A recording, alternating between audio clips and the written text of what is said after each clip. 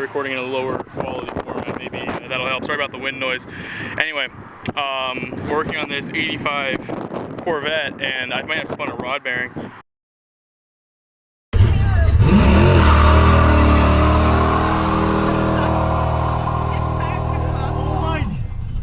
Yeah!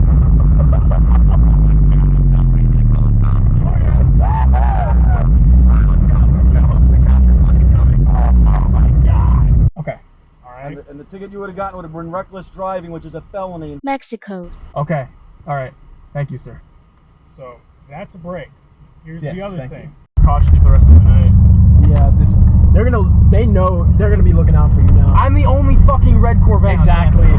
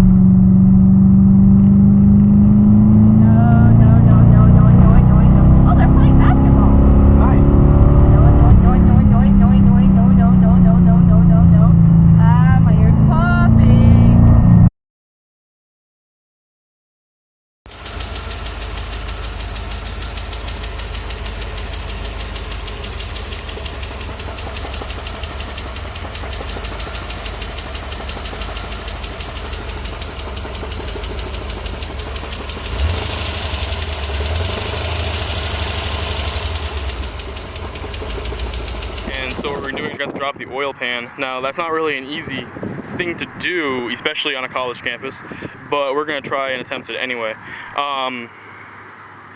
So you're not technically supposed to work on cars at this campus. They kind of say it's against the Liberty Way or whatever. It's a stupid document. But we got some things to keep the cops away. So hopefully that helps. I'm going to eat one of them, and then we're going to get onto this project, and hopefully this will turn out well. I have to remove the oil cooler lines, which are kind of in the way, and that sucks because those are not only challenging to remove, but I might spill a lot of coolant, and I don't want to do that because I want to save my coolant. So I don't feel like spending more money than I have to. So that was nasty. I was draining the oil, and so you can hear the wind is insane. And what happened was the wind is going under the car in such a way that it's like making so the oil won't land in the pan. You can actually see it going everywhere. And so it went all over my hat, all over my tools, and all over me. This is nasty.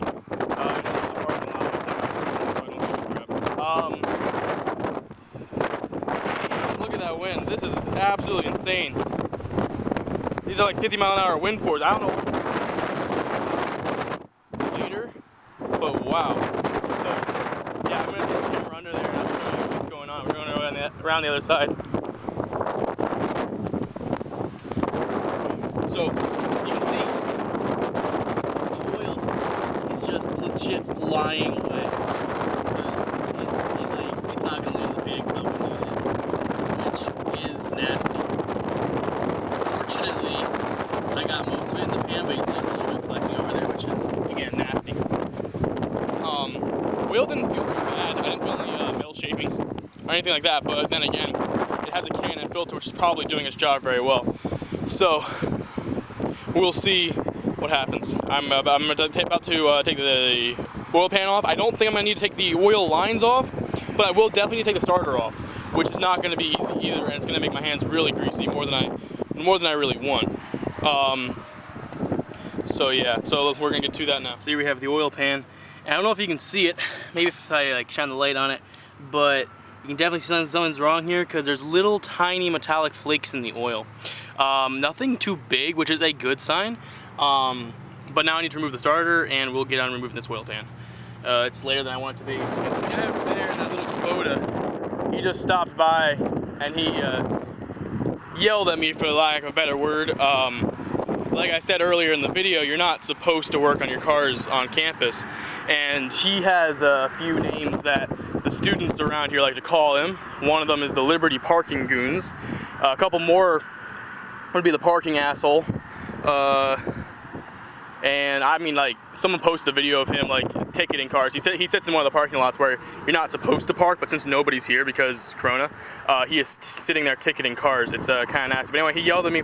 I basically said, well, I need to fix this bearing. I need to fix this bearing, otherwise I'm not gonna be able to move the car. And he was like, okay, whatever. Just if the cops come by. I was like, yeah, we actually have a company, which we do. I didn't lie there. We have a company that I work for, and we're allowed to work on cars on campus. So we're good as far as going through all the legal methods, but I was like, that's kind of, I think it's a stupid law. I told him it was a stupid law, but yeah, he's that guy. So yeah, I was expecting to stop by him sooner or later. Anyway, the oil is all drained out, and as I showed it, I cut the other video short because he pulled up and started waving at me. The oil is all out, so now we need to figure out how to remove a starter, and we're back. Oh yeah, also remove the negative from the battery. Alright, so we had some good things and some bad.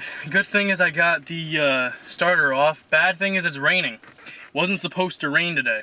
Other bad thing is my jack, which I borrowed from my girlfriend's dad, is one of those stupid electric jacks, which is cool in theory, but it keeps lowering the car, like it's leaking fluid back into the reservoir, which again, would be fine, however, I don't trust it.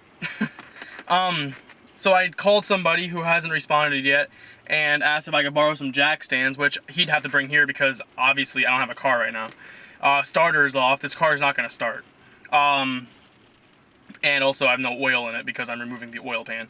I started removing the oil pan bolts, which are on very loosely, so that's a good news for the day. I'm gonna have to probably put thread locker back on them to hold them in place because I don't really trust 9 pound-feet of torque to hold them on the bottom of an engine that shakes so much. Other than that, we're sitting in the car right now, obviously, because it is raining. The Loopty, which is Liberty University Police Department, has driven past and didn't say a word, but the parking asshole did. So that's a good thing so far. He's like, oh, I'm not gonna say anything. Bad thing, as I said, I ate my cop deterrents. Good thing I still has coffee. It's good coffee today. Other than that, let's hope we can get this off because obviously I do have a eaten rod bearing and I'm not driving this car 500 miles on a bad rod bearing. Also, I believe I'm going to be able to get the oil pan off without pulling the starter completely out or dropping the exhaust, which is a good thing because I don't want to do either of those things. Also, it's only 11:30, so that's also a good sign, but it needs to stop raining. I think it was just a passing shower because it looks like it's calmed down a little bit. I'll wait until the water droplets stop falling on my car and the wind settles down a little bit because right now it's a little insane. I also can feel the car lowering, which is not a very good sensation. It's very slow and very gradual, but it's definitely going down, which is not fun.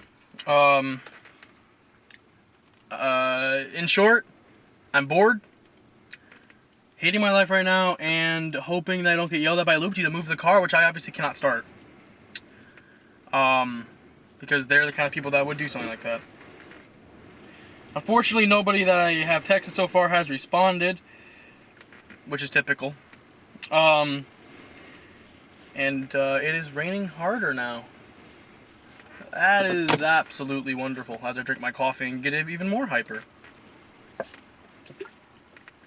Also, you know you're getting old when they change names of popular stores and you still call them the old name, which is crazy. I never thought that sensation would happen. Also, when you get into a brand new, or actually no, when you start repairing a car that you remember brand new. Someone I used to know used to have a 2011 Chevy Cruze, And yesterday, I replaced the spark plugs in a 2011 Chevy Cruze and got to drive it. They're not bad cars, honestly. I don't know why people keep giving them a bad rap. The spark plugs do wear out kind of fast. I mean, I had to replace them at 86,000 miles, and it was causing a misfire, which, again, is not ideal, but they're not bad cars. Like, quality control versus, like, a Honda, it's a lot nicer. But my point was, that car had been stored outside its entire life, so the paint was starting to fade and the headlights were starting to yellow, and I was like, I remember these cars and they're brand new. And I've been rambling on for about 3 minutes now. Anyway, got my...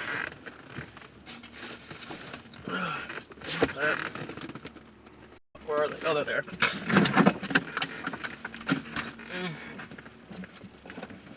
There it is. Got my new rod bearings right here. I also got a torque wrench because I'm obviously needing to torque them down. But as things always go to shit for me, because nothing can ever be right in my life, and I'm going to censor this. This is the most I've sworn in any video. Oh, that's interesting. Very interesting. Anyway. Anywho. I was saying something. Oh, yeah. I have a torque wrench. However, the adapter, I don't have an adapter to use my sockets, which sucks. Go figure. So I'm going to need to get my girlfriend to drive me to Home Depot, or John. You know, I kind of want to get John because he has a Corvette. Anyway, drive me to Home Depot. I need to buy a 1/2-inch drive to 3/8 adapter because I fucked up again. I keep swearing. God, why? I have to censor this shit. Oh, it's out of focus again. DSLR problems. That's a nice picture though. It stopped raining for the most part. I probably should be using my time wisely and going to get that adapter like right now because it's raining and it's nothing I can do. Anyway. Oof. Well, as you can see, the oil pan is off. I had to go get this socket. This is a 9/16 rod bolts on a small block Chevy R916. The problem is that unfortunately you need to have a star 9/16, not a 12-point, because if you have a 12-point, it's not going to work. I also need to clean this oil pan because, as you can see, there are material in there. Can't really see that on camera, but oh well. All that shit needs to go back on the car at some point, and let's take a look under the car because this is really cool. I probably should turn the music down so I don't get a copyright strike, but hold on. Okay, you can shut up because copyright. And YouTube hates creators. Absolutely hates creators. And that's because of like copyright infringement and shit, but that ain't even true. Alright, so for any of you who have ever been curious, that's the inside of an oil pump. Yeah, pretty cool, right? And then there is the inside of a small block Chevy. There's the piston, that's the piston right there. These are the connecting rods. So those pieces of metal there's a bearing. See right there? If this thing would frickin' focus. Yeah, see, so there, that is the connecting rod cap. That, those bolts need to come off. They're tightened to 45 foot-pounds of torque, which is a lot for a 9/16 bolt to be torqued to. Once we get those off, we can pop those end caps off and we should be able to replace the bearings. The pistons are on the end of those connecting rods, so we should be able to push that up and pop the other side off, and we'll be able to check for scarring. We're going to replace all 8 bearings, so this is actually going to take quite a while. Then we need to remove that pipe. That pipe is for the oil cooler. There's the oil filter right there. What I'm going to do so I don't, you know, lose a bunch of coolant, I'm going to pinch that, this pipe right here. See this pipe right here? This thing will focus. That is the that rubber pipe. Yeah, that is the pipe that carries coolant. It carries it from the heater core. So we're going to pinch that pipe, disconnect this hose, and we're going to drop this hose down. Once we do that, we'll be able to get the oil pan back on without having to struggle as much as we did to get it off. Starter's right here. That's the oil pump. You can see it's very oily. And that, if anyone's want to know what a flywheel looks like, that is the flywheel right there. It actually looks in very good shape, which is good. But this engine has definitely been taken apart before, because that right there, my friends, is a Felpro gasket. Felpro gaskets did not come stock on, well, basically any GM vehicles or any vehicles in general, especially these single piece gaskets, which I honestly kind of love because it makes it so that the oil pan does not get welded to the engine. But yeah, they didn't come stock on anything, so that's quite impressive. The other thing that's good is if I touch this and push it around, you can notice that it doesn't have any play. That is good. That means we caught this very, very early, which means that we should just be able to replace the bearing, because the bearing's made out of softer metal than the crankshaft. This bar right here is the crankshaft. And actually, this is the dipstick, interesting fact. Sitting, just chilling right there. And so we should, that's the crankshaft right there. Once we pull these rods out, I'll be able to tell you the condition of the bearings, but they honestly shouldn't be that bad, because they're honestly not in rough shape, which is a good thing. But because I can see these are not purple or anything, if they're purple, that means your bearings are absolutely shot. Anyway, I'm gonna come back out from under the car because it is cramped down here and I don't like it. Alright, so what we're gonna end up doing is I got a torque wrench, and it's a massive torque wrench, and so what we're gonna do is we're gonna use that to break all of those bolts off. Then we're gonna take the end cap off. Be sure to keep these bolts very, very clean. And then we're going to replace the bearings, and hopefully this car will run again. Hopefully. So yeah, so far I haven't had any trouble with loopty. As you can see right here, I have written a message where I said performing emergency repairs. I have my phone number and parking pass, so if they come, they should call me first. I don't know if they will because I don't trust them. So yeah, also, let me get my hat on and I'll show you, if you're a clean freak, you should not work on cars. Yeah, so hey, as you can see, I'm very dirty right now. By the way, my hands are dirty. So, older cars, they're great, but you have to do all the maintenance on them, and you're gonna get dirty. It's just how it works, unfortunately. And people probably think I'm absolutely insane right now. I'm talking to a camera walking around in freshman parking, but here's the problem. See. Nice. Anyway, see, to pause this again. Alright. See that, how that's all scratched up? And kind of like metal shavings on it? That ain't good. So, as you can see, that's wearing the second layer of that bearing, which is, again, not good. It also was very loose when I took it out. It just spun on the crankshaft. So, what we're going to do, we're going to put the top bearing back in, on one side, and then we'll put the bottom bearing back in, and hopefully,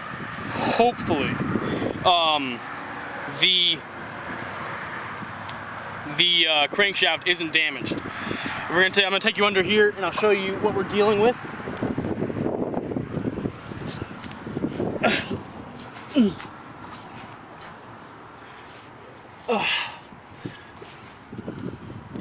There's the crankshaft. What I'm worried about is, you see that one line in the middle? I can definitely feel that. So, right there in the middle, there's that line. So as you can see, something was eating away right there. Unfortunately, what that means is, if this damn thing would focus. There we go. So it's not too bad. I should probably sand that down though. Because it's worse than I want it to be. Fortunately though, the connecting rods are fine. So it didn't spin there, but as you can see, that bearing was definitely on its way out. And we did catch it early, which is a good thing. However, I'm going to probably have to sand that down a little bit, because that is a little bit nasty. Which means I need to go back to Home Depot and get sandpaper. But yeah,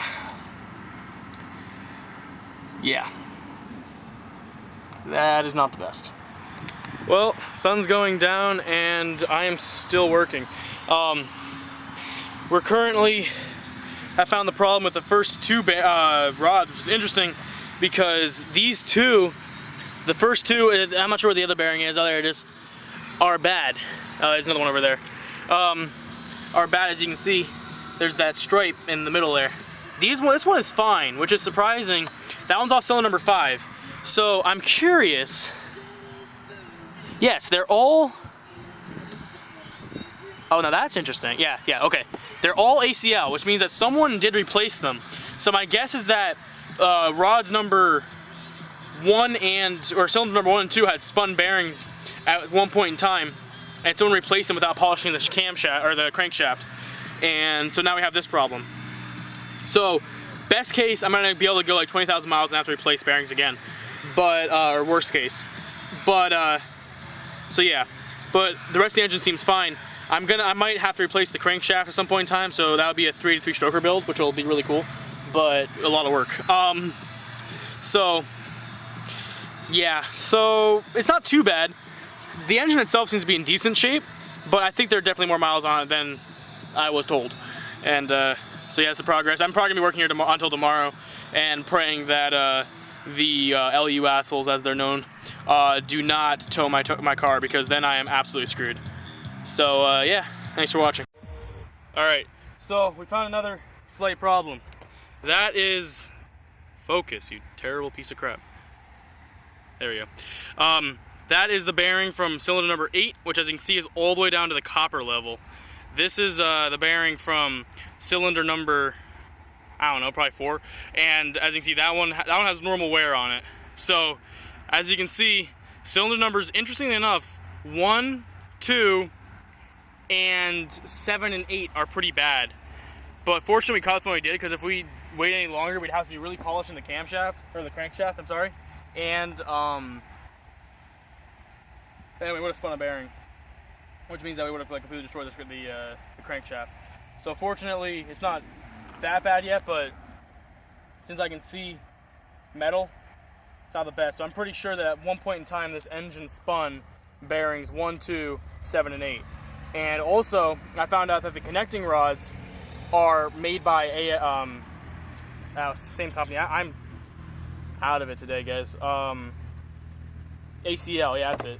Are made by ACL, which means that the bottom end of this engine has been completely rebuilt at one point in time, and I'm pretty sure it was a race engine at some point in time. So, and probably means that it had a different intake, which is why everything looks weird on this engine. Like, some things look modified, some things don't, is because this engine was extremely modified at one point in time, which means that, yeah, it probably has a lot more miles and a lot more abuse on it than I originally thought, which kind of sucks. Anyway, that's all for now. I'll let you know what happens. So, as she has so nicely stacked, here are the bearings from cylinders number 7, which is that one that you can see the copper on, 8, which is this one, and this.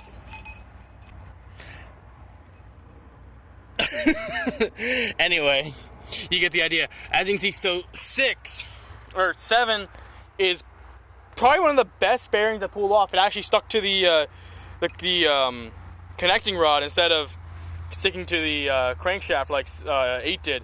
So 7 is fine, 8 is all messed up. It's kind of weird. As you can see, that one right there, that one is, again, 7, that one is 8. Very interesting.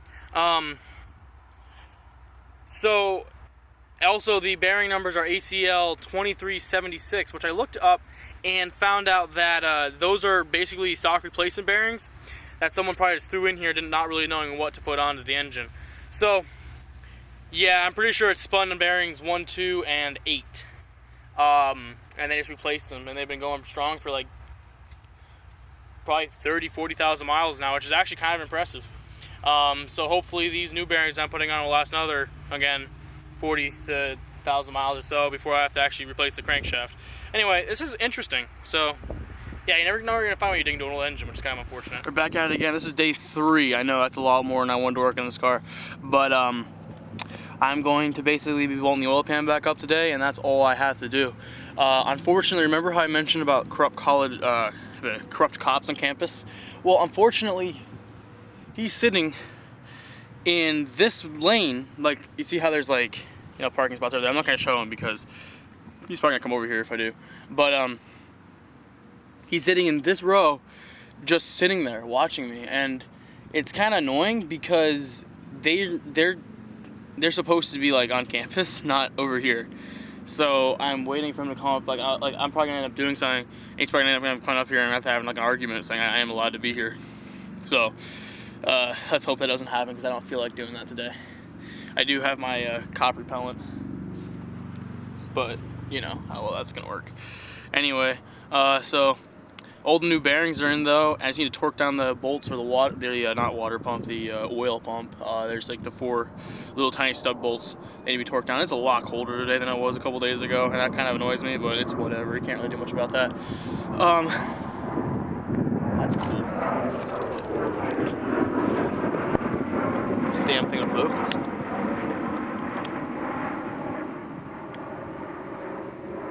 Cool. Anyway.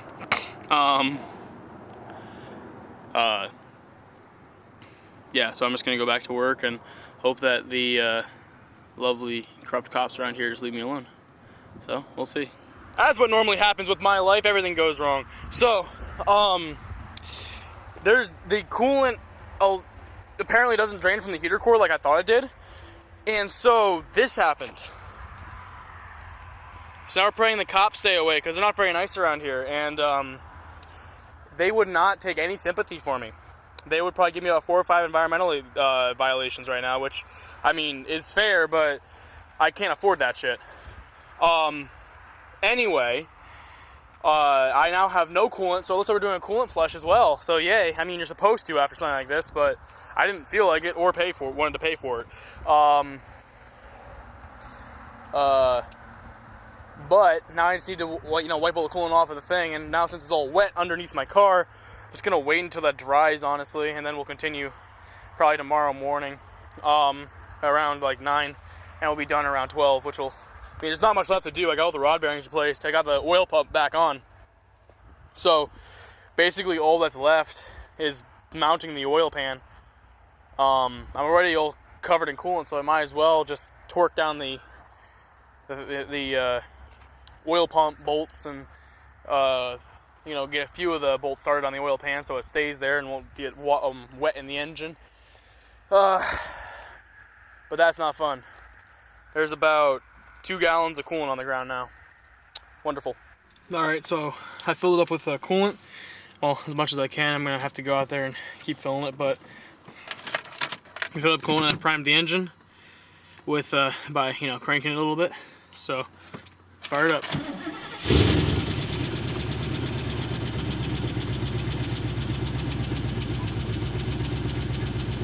53, nice, okay, cool.